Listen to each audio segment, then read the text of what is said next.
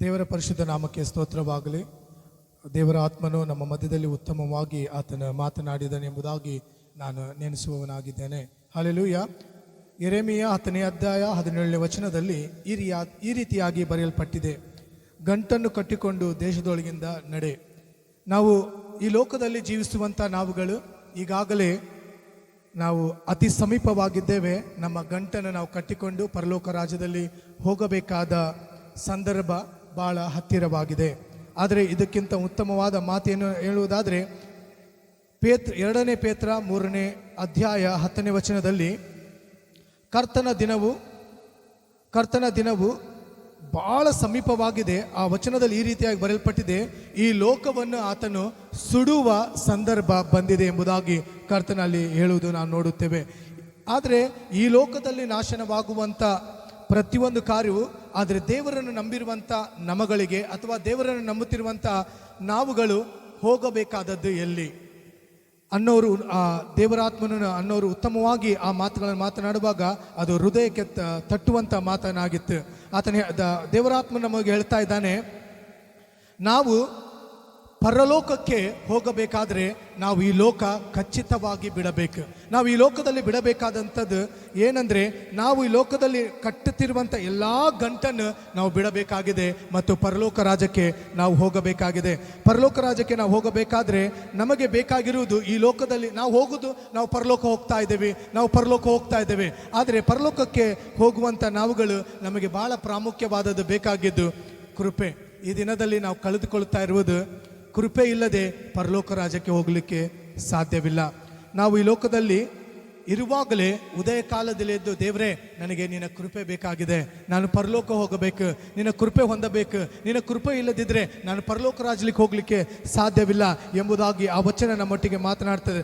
ನಾವು ಪರಲೋಕ ಹೋಗ್ತಾ ಇದ್ದೇವೆ, ಆದರೆ ಕರ್ತನ್ ಹೇಳ್ತಾ ಇದ್ದಾನೆ, ಇಬ್ರಿಯದವರಿಗೆ 11ನೇ ಅಧ್ಯಾಯ 16ನೇ ವಚನದಲ್ಲಿ ಆತನು ನಮಗಾಗಿ ಅಲ್ಲಿ ಮನೆಗಳನ್ನು ಸಿದ್ಧ ಮಾಡ್ತಾ ಇದ್ದಾನೆ. ನಾವೆಲ್ಲರೂ ಒಂದು ದಿನ ಪರಲೋಕ ರಾಜ್ಯಕ್ಕೆ ಅತಿ ಬೇಗನೆ ಹೋಗ್ತಾ ಇದ್ದೇವೆ, ಆದರೆ ಕೃಪೆ ಇಲ್ಲದೆ ಪರಲೋಕ ರಾಜ್ಯಕ್ಕೆ ಹೋಗಲಿಕ್ಕೆ ಸಾಧ್ಯವಿಲ್ಲ. ಕೃಪೆ ಹೊಂದಿಕೊಂಡು ಆ ಕೃಪೆ ಎಂಬ ಆ ವರದಲ್ಲಿ ಯಾವಾಗ ಆ ಕೃಪೆ ನಮಗೆ ಸಿಗುತ್ತದೆ, ಕೃಪೆಯಿಂದ ಯಾವಾಗ ನಾವು ದೇವರ ಸನ್ನಿಧಿಯಲ್ಲಿ ಯಾವ ರೀತಿ ಆ ಕೃಪೆ ಹೊಂದಲಿಕ್ಕೆ ಆಗ್ತದೆ, ಉದಯ ಕಾಲದಲ್ಲಿ. ಕೀರ್ತನೆಗಾರನು ಉನ್ನತವಾಗಿ ಆ ಮಾತನ್ನು ಬರೀತಾ ಇದ್ದಾನೆ. 90ನೇ ಅಧ್ಯಾಯ 14ನೇ ವಚನದಲ್ಲಿ ನಾವು ಗಮನಿಸುವುದಾದರೆ, ಉದಯದಲ್ಲಿ ನಿನ್ನ ಕೃಪೆಯನ್ನು ನಮ್ಮನ್ನು ತೃಪ್ತಿಪಡಿಸು. ಯಾವಾಗ ನಾವು ಬೆಳಗ್ಗೆ ಎದ್ದು ಕರ್ತನ ಸನ್ನಿಧಾನದಲ್ಲಿ, ದೇವಾ ನನಗೆ ನಿನ್ನ ಕೃಪೆ ಬೇಕು ಕರ್ತನೆ, ನನಗೆ ಕೃಪೆ ಇರುವುದಾದರೆ ಮಾತ್ರ ನಾನು ಪರಲೋಕ ರಾಜ್ಯಕ್ಕೆ ಹೋಗ್ಲಿಕ್ಕೆ ಸಾಧ್ಯವಾಗ್ತದೆ ಎಂಬುದಾಗಿ ಉದಯದಲ್ಲೆದ್ದು ದೇವರ ಸನ್ನಿಧಾನದಲ್ಲಿ ನಾವು ಮೊರೆ ಇಡುತ್ತೇವೋ, ಯಾವಾಗ ಪ್ರಾರ್ಥಿಸುತ್ತೇವೆ, ಖಚಿತವಾಗಿ ಕರ್ತನ ಆ ಕೃಪೆ ನಮಗೆ ಆತನು ಕೊಡುತ್ತಾನೆ. ಪ್ರಾರ್ಥನೆ ಇಲ್ಲದೆ, ಆರಾಧನೆ ಇಲ್ಲದೆ, ದೇವರನ್ನು ಸ್ತುತಿ ಮಾಡದೆ ನೀನು ಪರಲೋಕ ರಾಜ್ಯದಲ್ಲಿ, ಇಲ್ಲಿಂದ ನಾವು ಪರಲೋಕ ಹೋದ ಮೇಲೆ ನಮಗೆ ಒಂದೇ ಒಂದು ಕೆಲಸ, ಸ್ತುತಿ ಮಾಡುವುದು, ಆರಾಧಿಸುವುದು. ಆ ಕೃಪೆ ಈಗ ನಾವಿಲ್ಲಿ ಹೊಂದಬೇಕು. ನಾವೆಲ್ಲ ಈಗಾಗಲೇ ಟೈಮ್ ಆಗಿದೆ. ನಾವು ಉದಯ ಕಾಲದಲ್ಲಿ, ದೇವಾ ನಾನು ಪ್ರಾರ್ಥನೆ ಮಾಡ್ತಾ ಇದ್ದೇನೆ, ಏನೋ ಬರ್ತಾ ಇದ್ದೇವೆ, ಪ್ರಾರ್ಥಿಸ್ತಾ ಇದ್ದೇವೆ, ಆದರೆ ಕೃಪೆ ಹೊಂದಿಕೊಳ್ಳದೆ ಪರಲೋಕ ರಾಜ್ಯಕ್ಕೆ ಹೋಗ್ಲಿಕ್ಕೆ ಸಾಧ್ಯವೇ ಇಲ್ಲ. ಅದೇ ರೀತಿಯಲ್ಲಿ ನಾವು ನೋಡ್ತಾ ಇದ್ದೇವೆ, ಕೀರ್ತನೆ 88ನೇ ಅಧ್ಯಾಯ 13ನೇ ವಚನದಲ್ಲಿ, ನಾನಾದರೂ ಯೆಹೋವನೇ ನಿನಗೆ ಮೊರೆ ಇಡುತ್ತೇನೆ, ಉದಯದಲ್ಲಿ ನಿನ್ನ ವಿಜ್ಞಾಪನೆ ನಿನ್ನ ಮುಂದೆ ಬರ್ತಾ ಇದೆ. ನಾವು ಕರ್ತನ ಸನ್ನಿಧಾನದಲ್ಲಿ ಬೆಳಗಿನ ಸಮಯದಲ್ಲಿ ಉದಯದಲ್ಲಿ, ದೇವಾ ನಾನು ನಿನಗೆ ಮೊರೆ ಇಡ್ತಾ ಇದ್ದೇನೆ, ನನ್ನ ವಿಜ್ಞಾಪನೆ ನಾನು ಸಮರ್ಪಣೆ ಮಾಡ್ತಾ ಇದ್ದೇನೆ, ನನಗೆ ನಿನ್ನ ಕೃಪೆ ಕೊಡು ಎಂಬುದಾಗಿ ನಾವು ಪ್ರಾರ್ಥನೆ ಮಾಡಬೇಕು. ಆವಾಗ ಮಾತ್ರ ಕರ್ತನ ಸನ್ನಿಧಾನದಲ್ಲಿ ಯಾವಾಗ ಬೇಡ್ತೇವೋ ಕೃಪೆ ಆಟೋಮೆಟಿಕ್ ಆಗಿ ದೇವರು ನಮಗೆ ಕೊಡುತ್ತಾ ಇದ್ದಾನೆ. ಯಾಕಂದರೆ ಕೊನೆ ದಿನಗಳಲ್ಲಿ ನಾವಿದ್ದೇವೆ. ನಾವು ಈ ಲೋಕದಲ್ಲಿ ನಾವು ಬಿಡಬೇಕಾದ, ಈ ಲೋಕವನ್ನು ಬಿಟ್ಟು ಹೋಗುವ ಸಂದರ್ಭಗಳು ಈ ಲೋಕದಲ್ಲಿ ನಾವು ನೋಡ್ತಾ ಇದ್ದೇವೆ. ನಾವು ಬಿಟ್ಟು ಹೋಗುವ ಸಂದರ್ಭ ಈಗಾಗಲೇ ಬಂದಿದೆ. ಈ ಲೋಕದಲ್ಲಿ ನಾವು ಈಗಾಗಲೇ ಗಂಟೆ ಕಟ್ಟಬೇಕು. ಗಂಟೆ ಹೇಳುವುದಾದ್ರೆ ನಿಮ್ಮ ಬ್ಯಾಗ್ ಸಿದ್ಧ ಮಾಡ್ರಿ, ಅಥವಾ ನಿಮ್ಮ ಹೃದಯವನ್ನು ಸಿದ್ಧ ಮಾಡಿಕೊಳ್ಳ್ರಿ. ಯಾವ ಕ್ಷಣದಲ್ಲಾದರೂ ನಿನ್ನ ಜೀವಿತ ಬಿಟ್ಟು ಹೋಗಬೇಕಾದ ಸಂದರ್ಭ ಇಲ್ಲಿದೆ.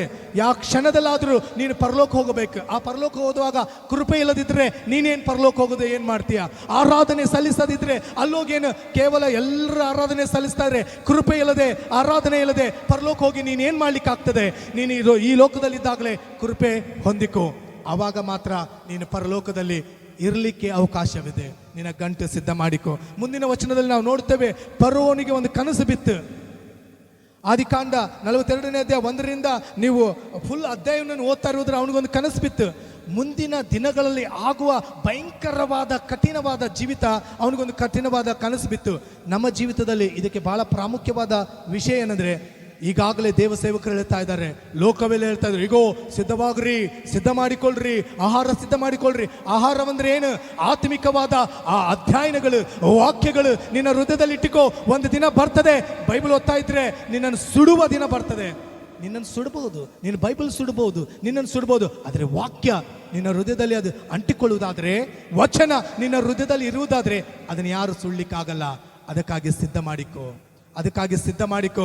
ಯಾಕಂದ್ರೆ ಇಲ್ಲಿ ನಿನ್ನನ್ನು ಸುಡಬಹುದು, ಇಲ್ಲಿ ನಿನ್ನನ್ನು ಕೊಲ್ಲಬಹುದು, ಇಲ್ಲಿ ನಿನ್ನನ್ನು ಏನ್ ಬೇಕಾದ್ ಮಾಡ್ಬೋದು. ವಚನ ನಿನ್ನಲ್ಲಿ ಇರುವುದಾದ್ರೆ ಖಚಿತವಾಗಿ ನೀನು ಪರಲೋಕ ಹೋಗ್ತೀಯ. ಅವಾಗ ದೇವ್ರು ಹೇಳ್ತಾನೆ, ಅಪ್ಪ ನಿನ್ನ ಹತ್ರ ಬೈಬಲೇ ಇಲ್ಲಾಗಿತ್ತು, ಆದರೆ ನಿನ್ನ ಹೃದಯದಲ್ಲಿ ವಚನ ಇತ್ತಲ್ಲ, ಆ ಮನ್ನ ಇತ್ತಲ್ಲ, ಆ ಮನ್ನದ ಫಲ ನಿನ್ನನ್ನು ಈ ದಿನವಾಗಿ, ಈ ಒಂದು ಕಠಿಣ ದಿನದಲ್ಲಿ, ಈ ಒಂದು ಲೋಕದಲ್ಲಿ ನಿನ್ನನ್ನು ಸೃಷ್ಟಿ ಅದು ಜೀವಂತವಾಗಿಟ್ಟಿದೆ. Hallelujah, hallelujah. ವಾಕ್ಯ ನಿನ್ನ ಹೃದಯದಲ್ಲಿರಬೇಕು, ಅಥವಾ ಮನ್ನ ನೀನು ಸಂಗ್ರಹಿಸಿಕೊಳ್ಳಬೇಕು.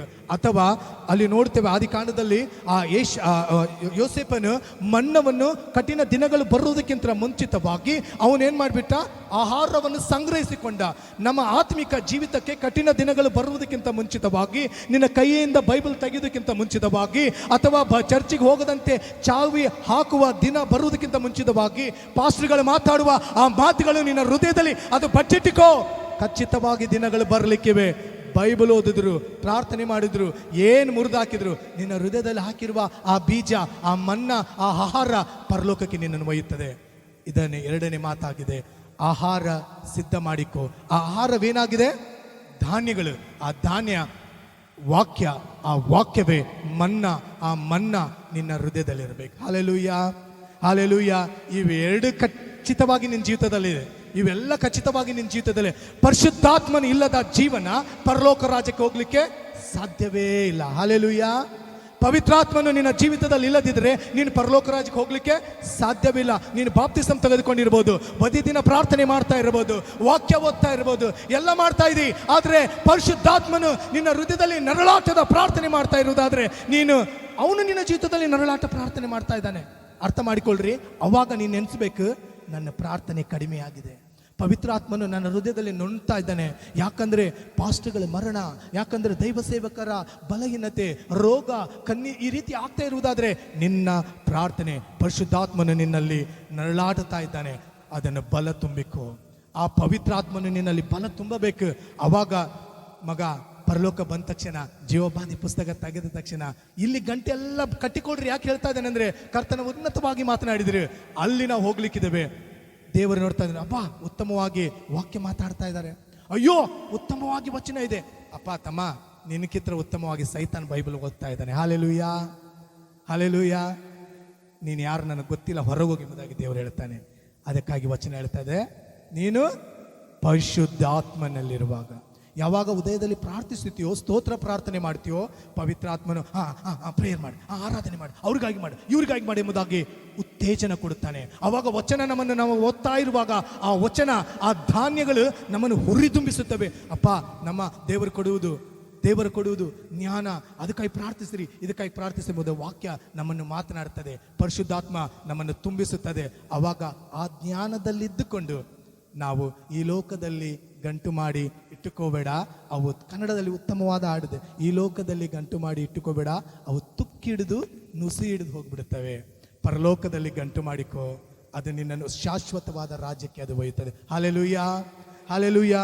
ಅದಕ್ಕಾಗಿ ನಾವು ನೋಡುವುದಾದ್ರೆ ಉನ್ನತವಾದ ಮಾತುಗಳು ದೇವರಾತ್ಮನ ಇತ್ತಂದಲ್ಲಿ ಮಾತನಾಡಿದ ಮೊದಲನೇ ಮಾತಾಗಿತ್ತು, ಕೃಪೆ ನಿನಗೆ ಬೇಕಾಗಿದೆ. ನಿನಗೆ ಧಾನ್ಯ ಅಂದರೆ ವಾಕ್ಯ, ವಾಕ್ಯ ಅಂದರೆ ಮನ್ನ ಧಾನ್ಯ, ವಾಕ್ಯ ನಿನ್ನ ಹೃದಯದಲ್ಲಿ ಅದು ನೆಲೆಗೊಳ್ಳಬೇಕು. ನಿನಗೆ ಜ್ಞಾನ ಅಂದರೆ ಪರಿಶುದ್ಧಾತ್ಮನ ಜ್ಞಾನ ನಿನಗೆ ಬೇಕಾಗಿದೆ. ಅದನ್ನು ನೀನು ಹೆಚ್ಚಾಗಿ ಪಡೆದುಕೊಳ್ಳುವುದಾದರೆ ನೀನು ಪರಲೋಕದಲ್ಲಿ ಹೋಗುತ್ತೀಯ. ಆವಾಗ ಪರಲೋಕದ ಧನ ನಿನಗೆ ಸಿಗುತ್ತದೆ. ದೇವರ ಭಯವೇ ಜ್ಞಾನಕ್ಕೆ ಮೂಲ. ಯಾವಾಗ ಜ್ಞಾನ ಹೊಂದಿಕೊಳ್ಳುತ್ತೀಯೋ ಪರಲೋಕದಲ್ಲಿ ನಿನಗೆ ಕರ್ತನ ಸಿದ್ಧ ಮಾಡಿದ ಮನೆ ಅದು ನಿನಗೆ ಸಿಗುತ್ತದೆ. Hallelujah, hallelujah. ಪರಿಶುದ್ಧಾತ್ಮನು ನಮ್ಮೊಟ್ಟಿಗೆ ಮಾತನಾಡಿದ ಮಾತುಗಳು ಆತನ ಸ್ಥಿರಪಡಿಸಲಿ.